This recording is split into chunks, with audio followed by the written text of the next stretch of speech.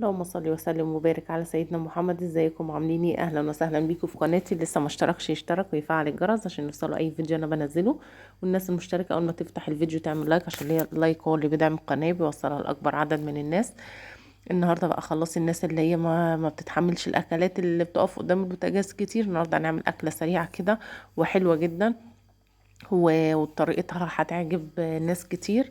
هي الكبدة بتاعت الفراخ هنجيبها. انا بغسلها غسلة كويسة وبنقعها في مية بليمون. بعد ما بغسلها وبنضفها كويس وبنقعها في مية بليمون.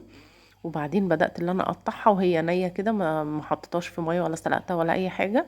وبدأت ان انا اقشر كده كام فص توم. هنعملها بطريقة حلوة قوي كله هيحبها، حتى لو في ناس مش بتحبها وهي مسلوقة هتحبها وهي بالطعم ده. جبت كده كام فص توم وبدأت اللي انا اقطعهم كده زي ما انتوا شايفين قطع صغيرة خالص. الاول قشرت بطاطس وقطعتها وحطيتها تتقلى على النار.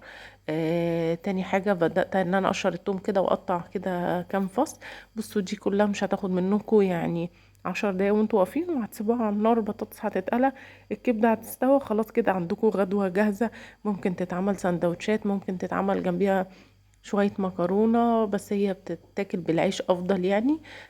فاكلة سريعة وموفرة. لو جبتوا نص كيلو كبدة هتعملوه، لو عيلة كاملة هتكفيه. بصوا انا الكبدة كده قطعتها، رشيت عليها رشة فلفل اسود كده وهي على البلانشة. حط بقى معلقه سمنه كده حلو، اهم حاجه طبعا لو عندكم سمنه ولا زبده طعمها حلو حطوه. انا حطيت معلقه سمنه كده. وهبتدي قبل ما السمنه تسخن جامد، اول بس ما تسيح كده هروح نازله بيه بالثوم الاول. وما بستناش الثوم يتحمر، بستنى بس الثوم يطلع ريحته. اول ما بحط الثوم في السمنه السخنه يطلع ريحته، بروح نازله بالكبده بتاعتي كده على طول واقلبها واسيبها بقى واسيبها شويه كده. هي بتنزل شويه ميه صغيرين وبترجع تشربهم تاني.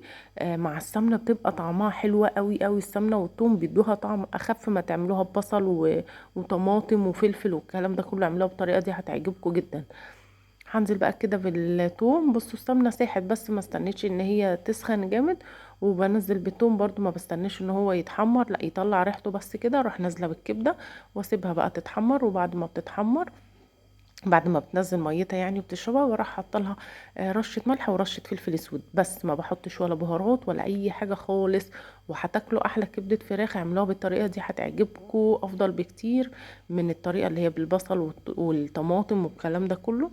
هنسيبها بقى كده نغطيها. انا بقلبها التقلبتين دول واغطيها واسيبها بقى تنزل شويه ميه وتشربهم. هتشوفوا دلوقتي وهي نزلت الميه. هي بصوا نزلت الميه خلاص وشربتهم. هحط بقى رشه فلفل وهحط شويه ملح. كل الميه دي بقى بتشربها بتصب كبده زي ما هي محتفظه بلونها. ولا غمقت ولا حاجه. ده الصوص ده هتشربه تاني. والبطاطس هي اتحمرت، حطينا عليها ملح وفلفل وكمون. والكبده بتاعتنا جهزت. ودي اسرع غدوه ممكن تعملوها. وزي ما قلت لكم ممكن تعملوا جنبها شويه رز شويه مكرونه، وعيله كامله هتاكل. وهتاكل حاجه طعمها حلو وفي نفس الوقت حاجه سريعه. ما وقفتوش قدام البوتاجاز كتير بسبب السخونيه والحر اللي موجودين، او لو بسبب قطع النور عايزين حاجه سريعه تتعمل. فدي من حاجات السريعه جدا اللي تتعمل. وزي ما قلت لكم هتجيبوا نص كيلو كبده هتاكل عيله كامله. اتمنى يكون الفيديو عجبكم. استنوا لسه مكملين فيديوهات كتير.